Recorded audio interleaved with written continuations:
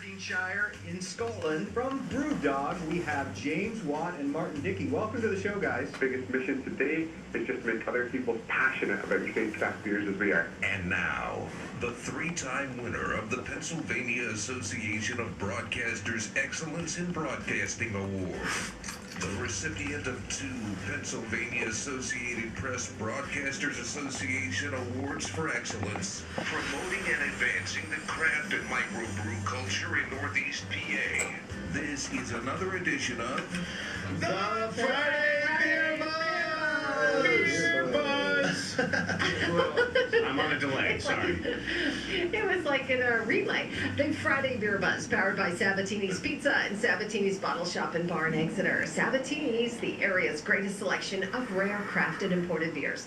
Growlers and crowlers and 37 rotating drafts at Sabatini's Pizza in Sabatini's Bottle Shop and Bar, Wyoming Avenue in Exeter. Yes, Lindo Sabatini is here. First thing Lindo says to me is, this beer is gonna kick your...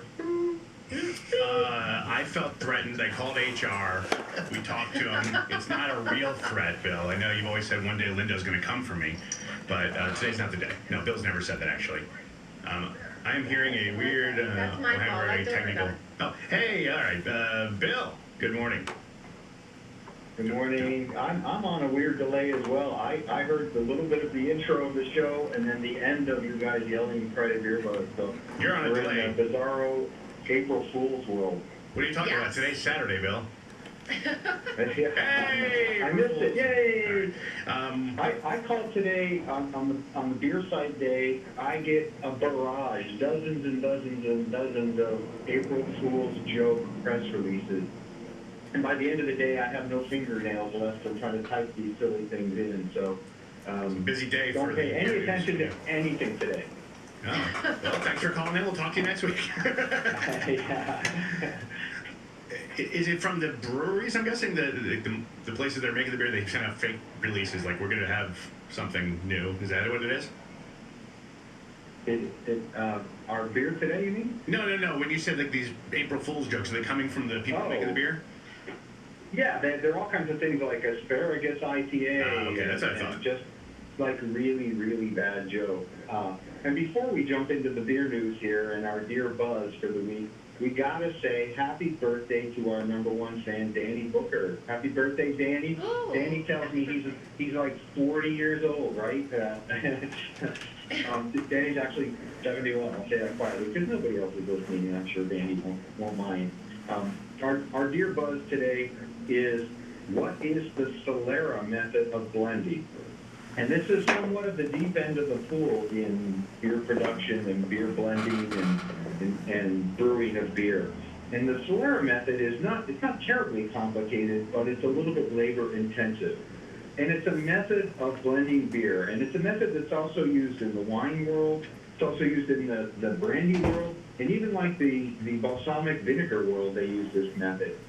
And it translates to on the ground in Spanish. And that stood for the barrels that were on the ground were typically the oldest barrels to be added, to be barrel aged. And the Solera method it's a fractional method where they take a little bit of each of different ages of the same beer and they blend them together to form another beer. And then in that process, they don't completely drain each barrel.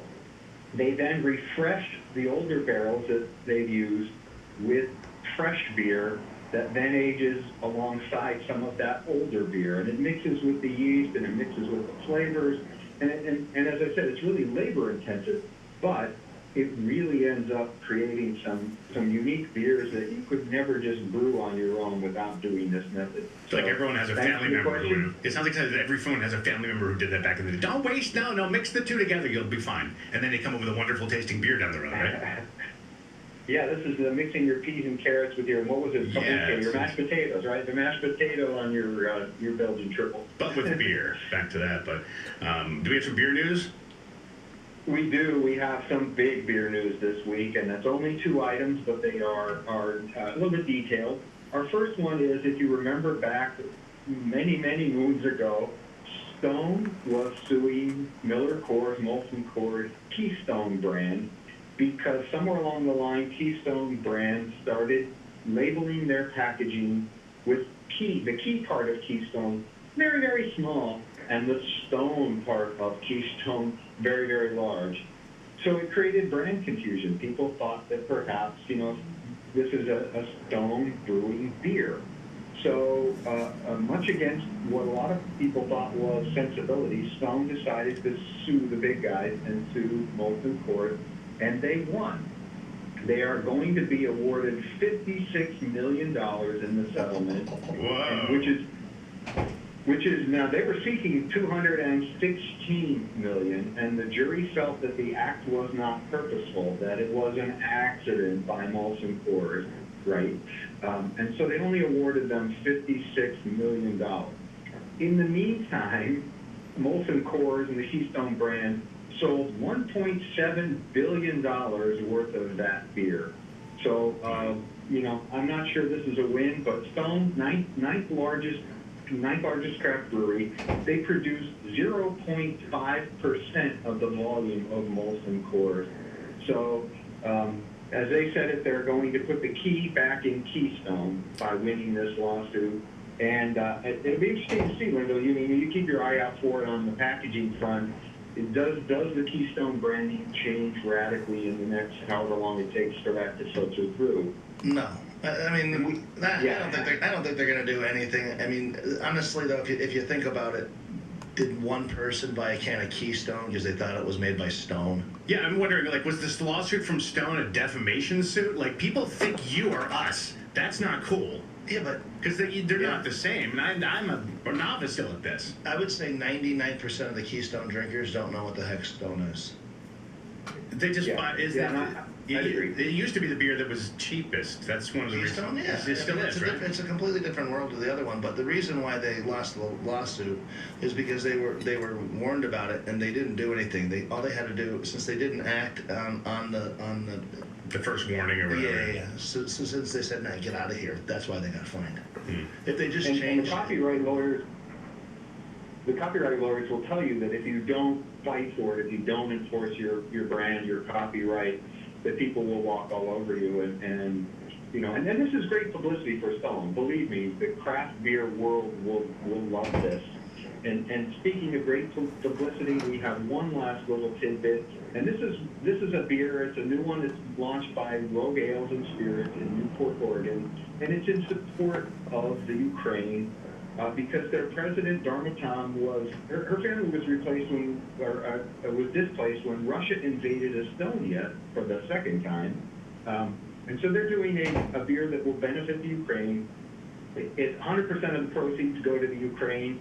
The first word in the name of the beer I can't say because it has a lot of special characters in it, and it begins with the letter F. And the second word is Putin. And it's going to be a double IPA. The can is half blue and half yellow, the colors of the Ukrainian flag. And so when you see that beer, get out there and buy it and support the Ukraine. And that's our beer news for the day. As always, you can go to the Breaking Beer News tab on mybeerbuzz.com for more information. All right, I want to have this beer kick my butt now. The featured beer, Linda, what do we have here? And why is it going to beat me up? well, it's strong. It smells strong.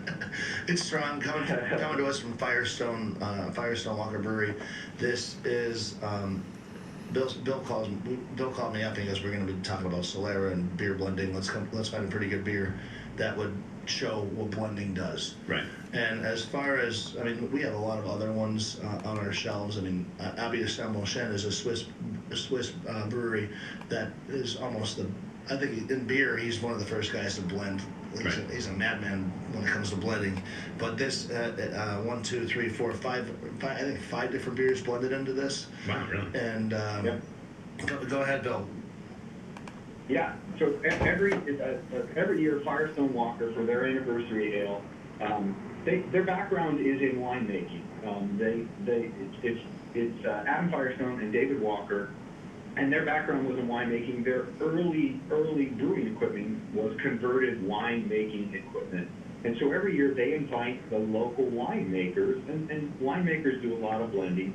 They invite all the local winemakers to their facility in Paso Robles, California, and they work on the final blend for their anniversary beer. Now, this is Firestone Walker 25. It is the 2021 anniversary. It's a significant anniversary. And it came out as 5 different beers that went into it. And it's really interesting. So this tells you where blending comes down. So the beer is 41% Parabola Autumn Edition, and that's a bourbon barrel-aged Russian Imperial Stout. It is 28% Tequila Barrel-Aged Merkin, and that is aged in bourbon barrels. It's a milk stout. It is 13% Brandy Barrel Barley Wine, and that is aged in brandy barrels.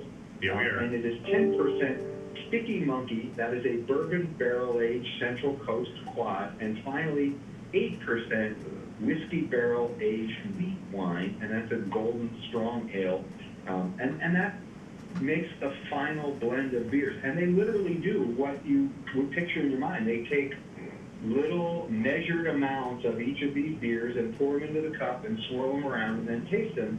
And then somebody said, no. It needs to be 38% instead of 41%. It's a very, very detailed process, but it adds complexity. Are you tasting like a depth of character in this beer? I was going to say, and Bill, we're running short on time here. Look, I feel this is the first beer you've given me that I feel on my lips, and I'm not sure what that means. It's strong, though. This is strong beer. Linda, what is in this? I mean, he's told me the ingredients, but if I walked into you guys, I come into 17, who would you give this to? You don't give it to me, right?